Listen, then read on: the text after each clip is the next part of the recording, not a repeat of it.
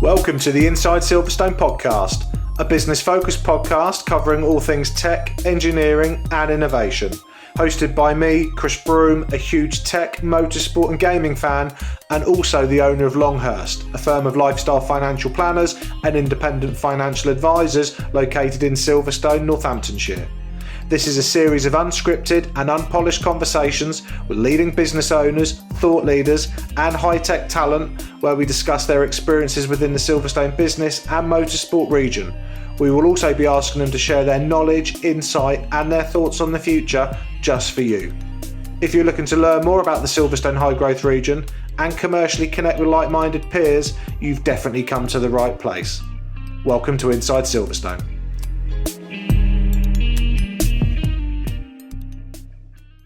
Welcome to the next edition of Inside Silverstone. My name's Chris Broome and I am your host today. I am delighted to welcome you to the British Racing Drivers Club at Silverstone Circuits, where we are recording a special Mastermind Sessions, number 5, titled Women in Engineering.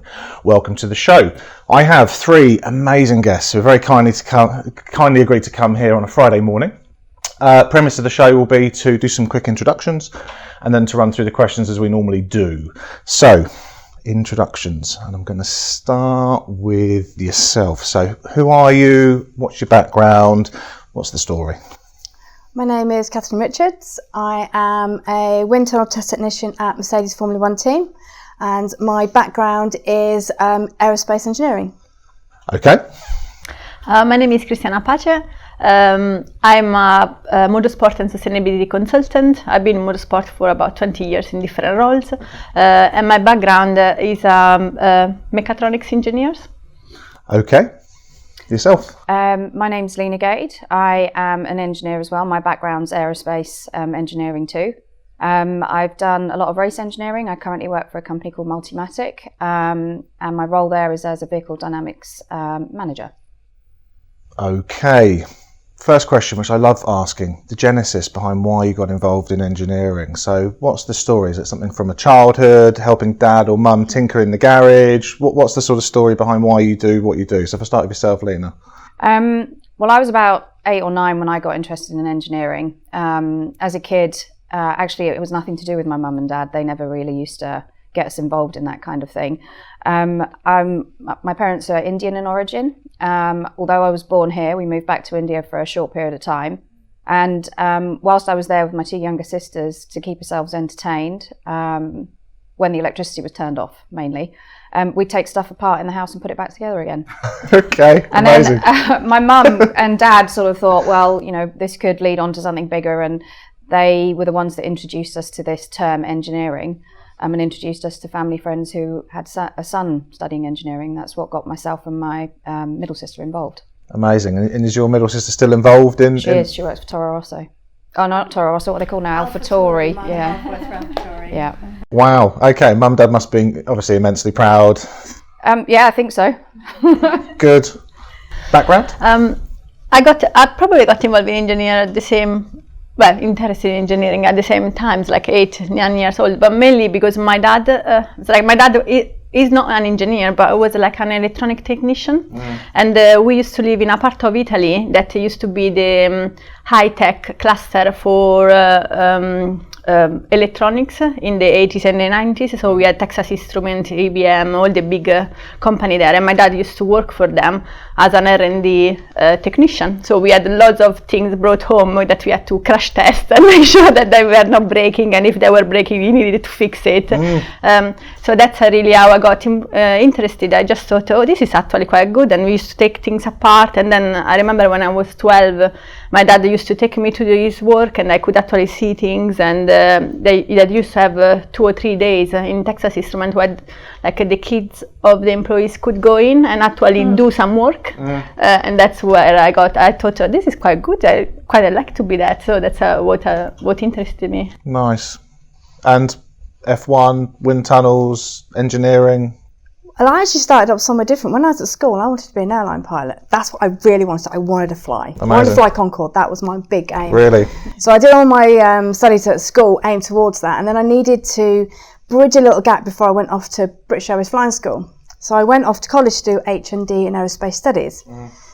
that's when I got introduced to aerodynamics. And at that time was when Michael Schumacher started racing. And I started getting into F1. So I quite like this. So I wrote to the Benetton factory because I wanted to go on a factory tour and go and see it all. And I got a letter back from a lovely chap called William Towett. Went to see the factory, asked, have you got wind tunnel? Where's that? Oh, no, that's not here, that's in Farnborough. And I said, well, I'm studying in Farnborough. To cut a long story short, went to the wind tunnel in Farnborough a little while later, saw Willem again, did a project for my H&D with Willem, with Benetton. Never looked back. I forgot the flying bit. And, Wow. So if it actually wasn't for him and his support through my studies and his faith in me, I wouldn't be where I am today. I mean, he has been a massive support, and he was. So I was actually in Germany before I had this job doing environmental aerodynamics after my PhD. And he kept saying, come, we've got a new wind tunnel. It was BAR Honda then. And I said, well, I can't come just yet because I'm still doing this. So when I got back to England, I went for what I thought was an informal chat with his boss. Turned out to be an interview. And that was 15 years ago.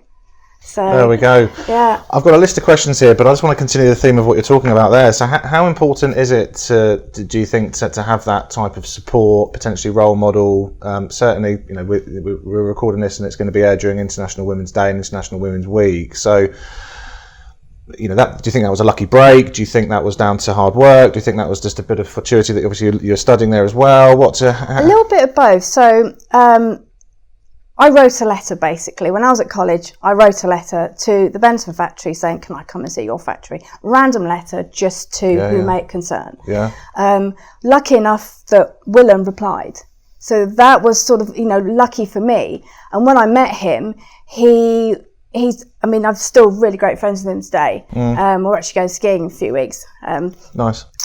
But he had the faith in me. He obviously saw something in me, and he supported me all the way through my H&D and my degree, and all through, even just through some personal setbacks that I had during my college time. And he stayed with me that whole time. And then when it came round to actually being in a position to take a job, he had the faith in me to put me forward for that job. So bit of luck, because if I hadn't written that letter, it would have never have happened. Oh yeah, but you wrote the letter. Yes, and I always say to people, when people say to me, I'd love to go and do this, I say, write a letter. All I can do is say, no, this is what happened to me, and look where I am now. But he also had the faith in me, and he's always been there for me, and he's always been my sort of mentor. And that's massive, and it's good to have somebody who has that faith, particularly when you have a time when you're thinking, maybe I shouldn't be doing this, or maybe you're not. Self-doubt or otherwise, which is very normal as a human. It's always good to have someone there to remind you that, no, you can do it. And that's obviously a fantastic positive story. Is that common within engineering, irrespective of sex, gender, diversity, anything? Is that normal? Are there other challenges out there? I mean, how was that's a fantastic first story. What was yours?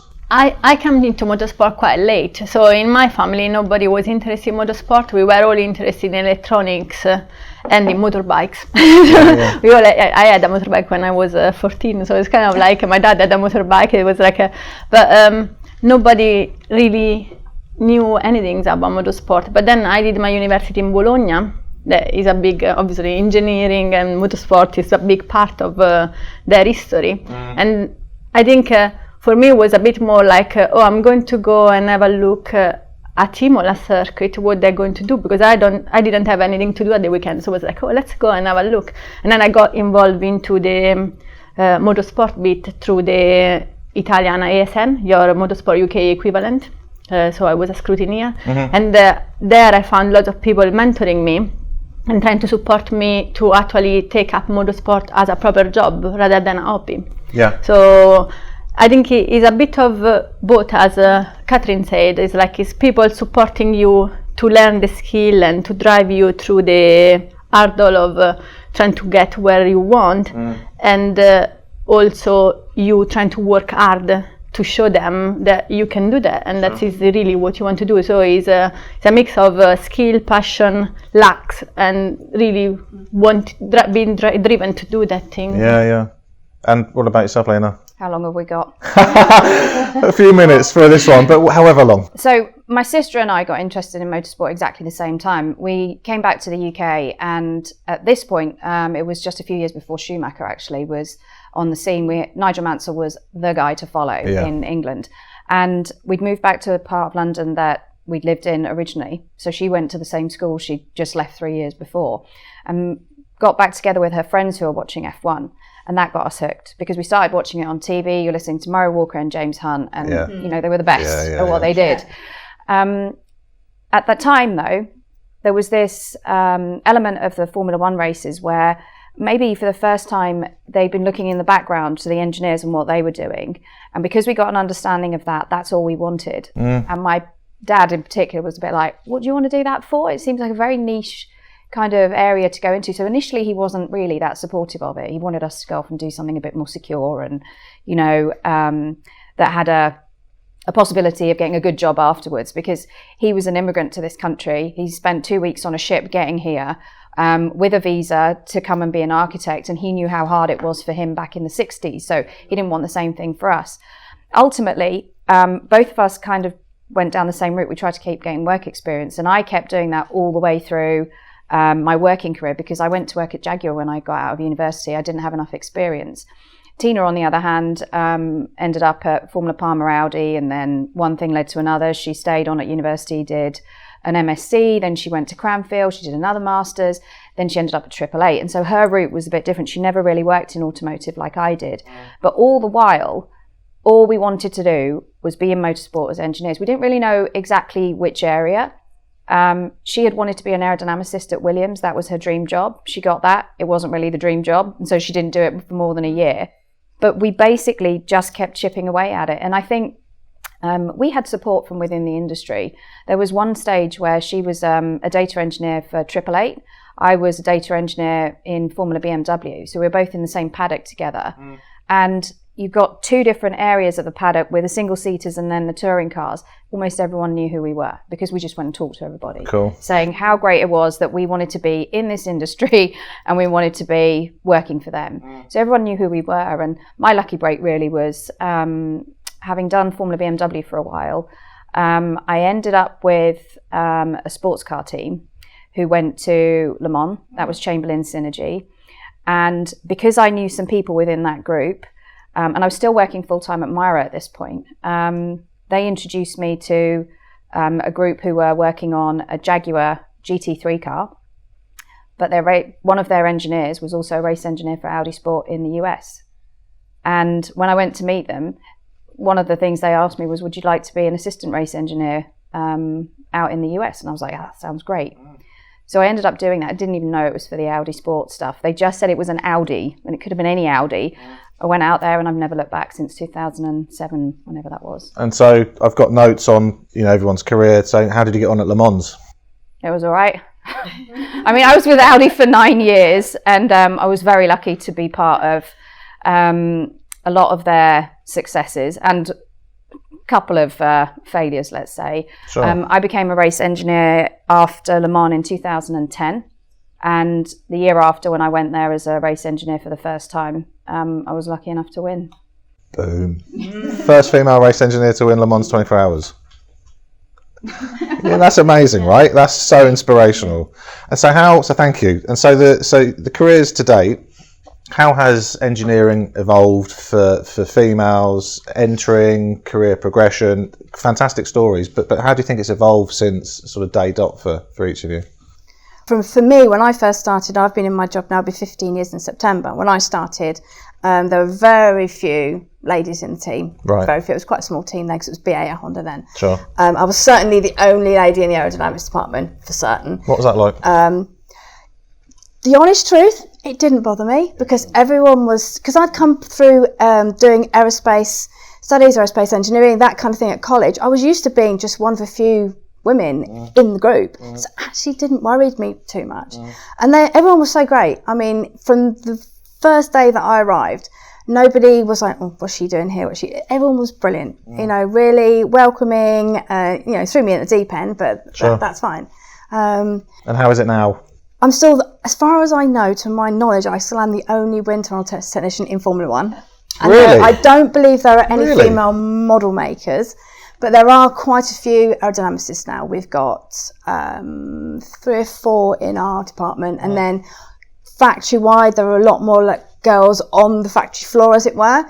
So obviously you've got the HR department, marketing, but in sort of vehicle dynamics and trackside, there are a lot more ladies, but it's still, you know, quite a small percentage when you look at the size of the team. But it is improving, it is getting better. Yeah, why is that? Is that a schooling thing? Is that for encouragement? What's the... I think it is from school level. Yeah, right. I think it's always going to be. Yeah. I don't think you can get away with it. You know, girls and boys. You know, when girls are small, it's pink and dolls, and when boys, and I think it's going to start from when they're really, really young. I mean, I've got a nephew. He's 2 years old. You know, and he loves cars and he loves hitting things with hammers and things like that. And that's what he is. You know, because he's a little boy. And then if it was a little girl, I'm sure they'd be playing with their dolls. And it's just instinct when they're young to start them off on what is that they're used to be normal. Yeah, and I think in schools it should be at a young age they should be giving youngsters the choice of activities of what they want to do. I think as well is peer pressure, because what I'm seeing in the past few years through Dare to Be Different, we are kind of mentoring some girls to go through the study and what they want to do to become engineers. And you see that it's all good from primary until they are about 15. Yes. And then we're 15. They're really scared about what the friends will think about they want to be an engineer. So it's kind of like this peer pressure where engineering is not the right word to use it, and it's not the right profession for a woman that is coming out, and they're much better being architect or fashion designer or something else. So, and I saw quite a lot of girls when they're 15, they said to me, actually, I just thought, I don't really want to be an engineer anymore, I'm just going to do something else. There's a young girl that she's part of that initiative who was introduced to me during her A-levels, or I don't know, during her GCSEs going to A-levels, and she was having a massive wobble. She wanted to go into Formula One, but she was getting a big confidence crisis and everything else, and I was introduced to her, and I only through emails initially, I was writing to her and giving her a bit of support. And to cut a long story short, she came to work experience with me at my workplace. Now she's at Loughborough, and she's just she knows where she's going. She's got her sights on being an aerodynamicist. We've got her on the radar. And that was just through her having, she's having the wobble. She's not really sure. Then being put in touch with someone who's already doing the job. And then that just really helped her. And then she's now well on her way. Yeah, so we need more of that at a younger level. And just to show young girls that it's open to them. They can do, there's so much that they can do. They might not want to be an engineer. They might look at it and go, I don't want to do that. I want to be a hairdresser. Sure. But just to give them the choice and to just show them what's available. And the visibility of it. Yeah, because they might not know. Do they even know it exists? Yeah, exactly. Some of them don't. I went to do a presentation in 2012 just outside Dublin. And it was to encourage, it was designed to show what kind of careers were in science, technology and engineering. And there were a huge group of teachers in this room, people from within the governmental organisations that support education, and then groups of students.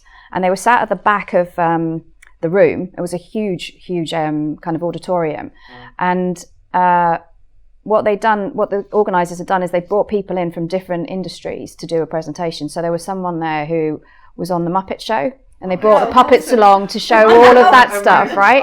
And then someone from Lego saying what his day job was. 9 a.m. he rocks up at work and he goes into the playroom. Yeah. Imagine that. I was part of all of this, and I thought their jobs sound way more interesting than mine.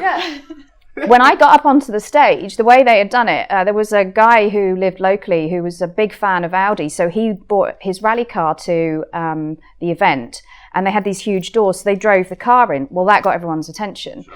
After which, the lady organising it was really annoyed. And she said, the kids were just on their phones the whole way through. I don't know what they were doing. And I said, well, the kids. And then she realised that the only thing they had tweeted about was this person that was stood on stage talking about engineering, and a whole group of the girls that were in that group came to me and they said, we didn't even know what engineering was until just then.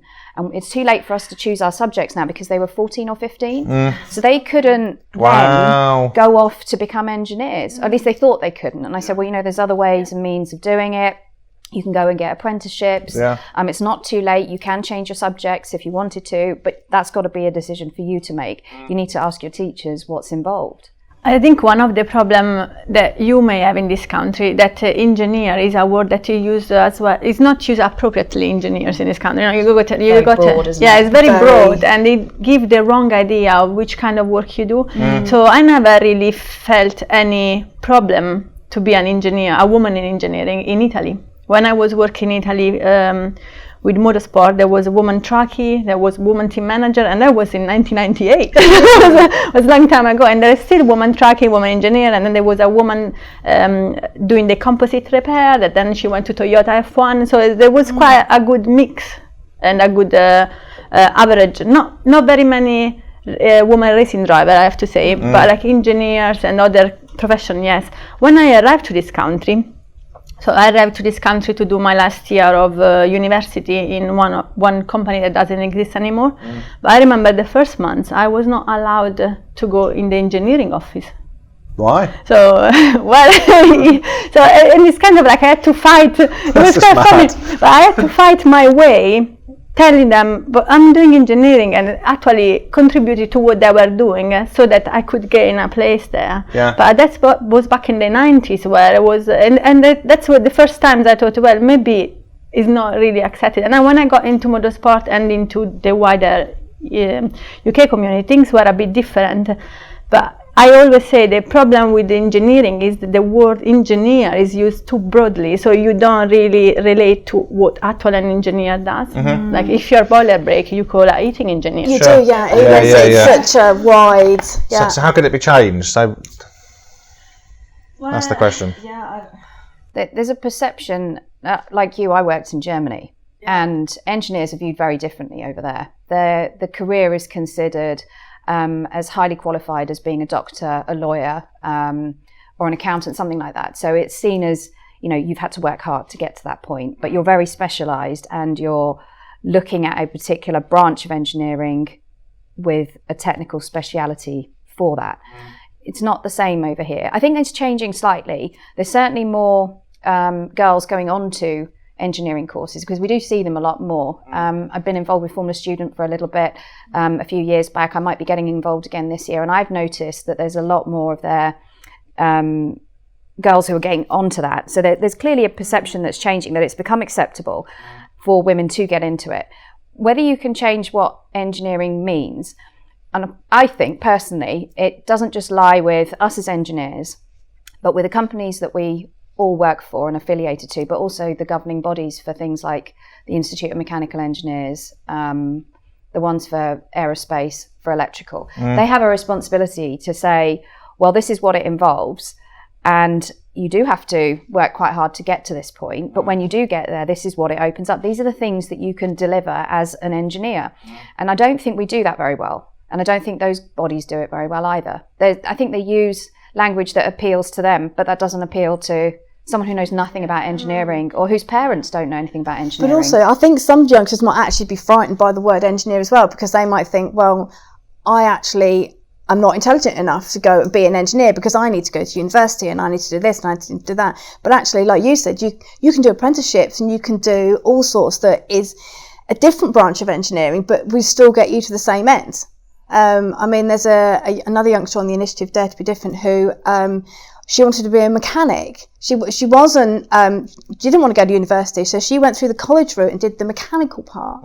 And so now she's a race mechanic, but she's still got to where she wants to be, but she's done it a different way. And I think that's also the problem, is actually showing youngsters that if you want to get to a certain end in a job, there's lots of different ways to get there. It's not just university. I think university is pushed too hard in schools, and some people are scared. I have to go because it's what I'm supposed to do. But you're not. You don't have to go to university. There are lots of different ways of getting to an end and getting into a job that you want to do. Certainly for me, we're a group of 9 wind tunnel test technicians where I work, and we all come from different backgrounds. All of us. There's one from the RAF. There's one guy who I was actually at college with, and he then went off to do engine dynos, and then he's come back round and he works with me now. There's my background. The chap, my direct shift partner, he was on the race team, and now he's come around to be a tunnel test technician. So there's lots of different ways to get to the same end, and I think that's something that also needs to be. What's Dare to be different? So let's explain that, because people and students will hopefully be watching this. So what is that as an initiative?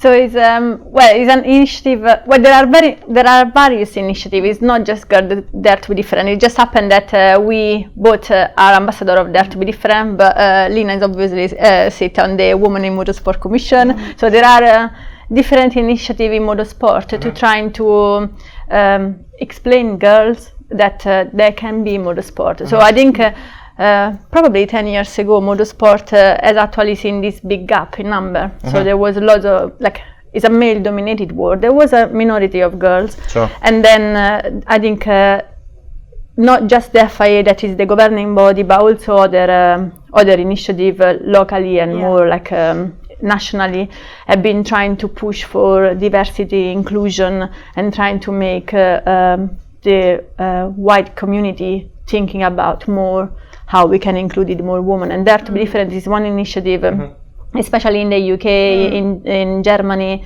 and in Australia, that has been was funded by Susie Wolf, and they've been trying to do events with primary school girls to trying to attract them, and they've got an engineering. We got an engineering activity for them as well. Nice. But Women in Motorsport has got Girls on Track. Yeah, and they teamed up with Dare to be Different. So there's now events that are held. Actually, there's a lot more this year than there were last year at various different races, whether it's Formula E, F1, WEC, I think has some as well. And it's designed to encourage schools to come in to the track, and primarily girls, young girls. So we're talking primary school age or just up to middle school age will come along, and they will experience what type of careers you can get in motorsport. Everything from driving to engineering to mechanicking to media, all of the things. And also first aid as well, because they're doctors. They show the doctor, the medical side of it as well. It's all branches. To give you an example, I sit both in Girls on Track and Dare to be Different as a STEM coordinator, and in both of the programs.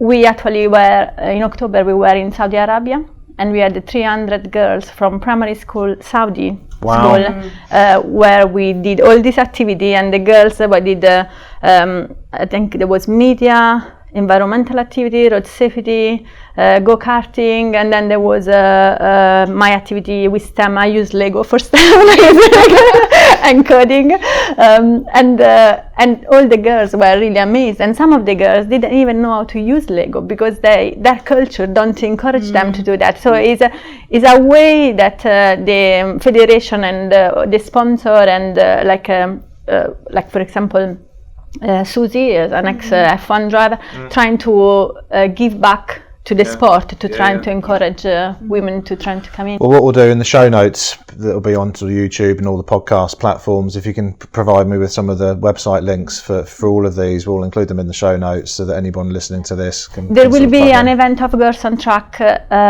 in July for the Formula E race in London, and I think there is 2 days open to the public, so that is something probably for young girls is worth to have a good look. Okay, great. Yeah, we'll definitely include that in the show notes. And so for those young ladies, but also perhaps for older ladies who have been out of the workplace because of raising a family, for example, how would you encourage them? What would you say to them to get them to consider getting into sort of engineering, motorsport, mechanics, everything that you're doing and you're clearly passionate about? How would you encourage them to do it? What would you say to them? I think engineering in general in this country is, we just have a shortage. I think actually worldwide there's a shortage of engineers. So whether it's we need engineers in motorsport or whether it's engineers that are needed for biomedical studies, the whole arena of engineering is very, very lacking, let's say, and certainly in diversity. I think anyone who wants to know what engineering means should just type it into Google, because there's a lot of information you can get from there. I didn't know how many branches of engineering there were until I did that presentation I mentioned in Ireland, where I had to explain what engineering was. Now I know what I do, and I know what I did when I worked in automotive, but I had no idea about some of the other areas. It's just exploded and become this huge place where people with a background in kind of putting things together and fixing things or coming up with an ingenious way of solving a problem have created these industries. And I think people should try and find out what there is available. Motorsport's a bit tougher because to some extent motorsport is very much a lifestyle. And I think this is a problem for anyone who comes into it. If you're on race team, and I do some racing at the moment with the Mazda DPI for Multimatic over in the US, there is a huge amount of travel. You know, it might be 12 race weekends, but then add on the 5 tests that we do as well. The fact that you have to go to a simulator, it might not be located in your own country. There's a huge amount of input that has to go in. And so you have to juggle what you do and have as a social life versus what you do as a working life. Motorsport's quite different. Yeah, I think he's right. And I think one of the things that I truly believe is like in motorsport, it doesn't really matter if you're a girl or a man. It's like it's a sport where they need performance. Then they're looking for that differentiator that can give them like 1 millisecond more than everybody else or one little advantage. So if you can do the job, is not a discriminated place. It doesn't matter if you're a man or a woman. If you can do the job and you're the best at your job, is your job. Is not a problem. What is the limit of motorsport is what Leena was saying, is a lot of travel, is a lot of being away from home, is a lot of, especially if you want to be in the race team, and it's a lot of hours as well, because even if you are in the office, there is not just 40 hours, probably there are 90 hours.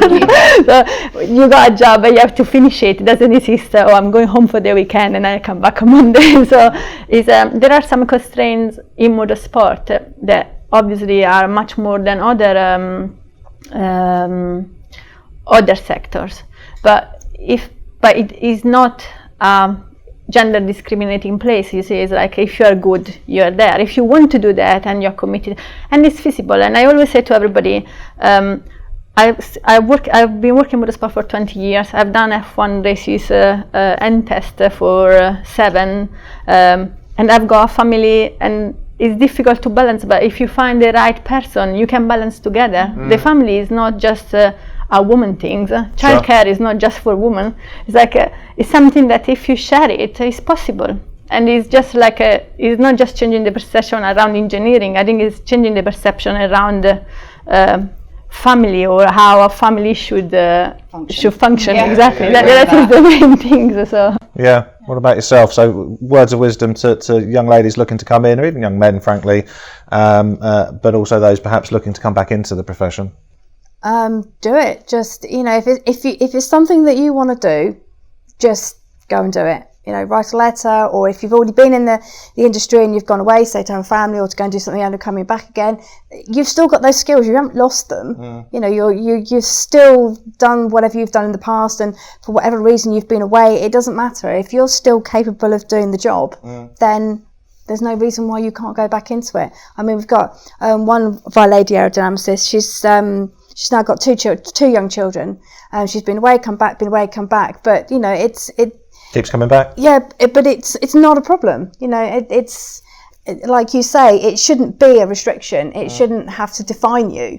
And I think this is something we need to insist with the youngster as well, because like I've mentored a girl, and it's like in the corridor when I went to her school, I've overheard someone saying, "Why you want to go in F1? Then you'll have kids and then you'll have to leave." And I was like, "No, this is not the way it is." So I think it's just like it's lots of different perception to change. It's not just the engineering; it's society in general. Yeah. So if we sort of project 20 years ahead, so the last sort of question that I have on my list is like, if we projected 20 years, very apt with what you've just said. What do you hope's changed from a perception perspective, from an industry perspective? If I was to ask these same questions and get you back on 20 years' time, somewhere it's a bit warmer than it is here at the moment, because it's very cold, BRDC. But if I was to ask these questions in 20 years' time, what's the industry like? What's happened?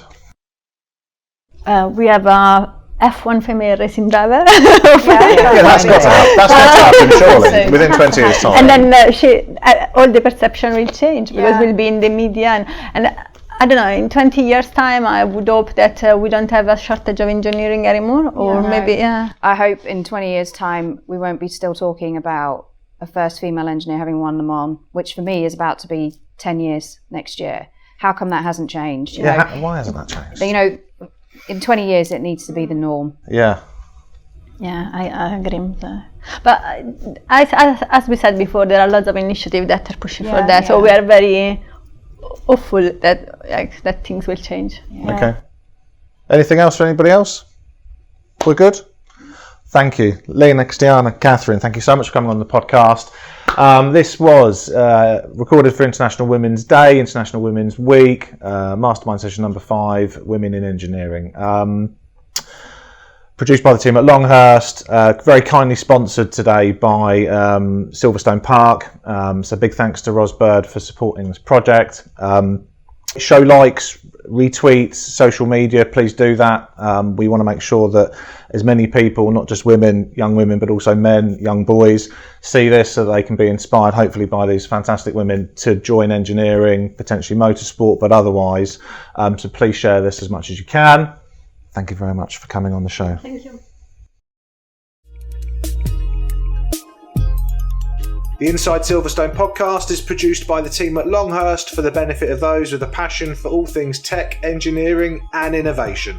For more information, please visit longhurst.co.uk/Inside Silverstone, whilst also remembering to give us a 5 out of 5 star rating on iTunes. Please note that neither Chris Broome or Longhurst work for Silverstone Park, Silverstone Circuit or Silverstone Technology Cluster.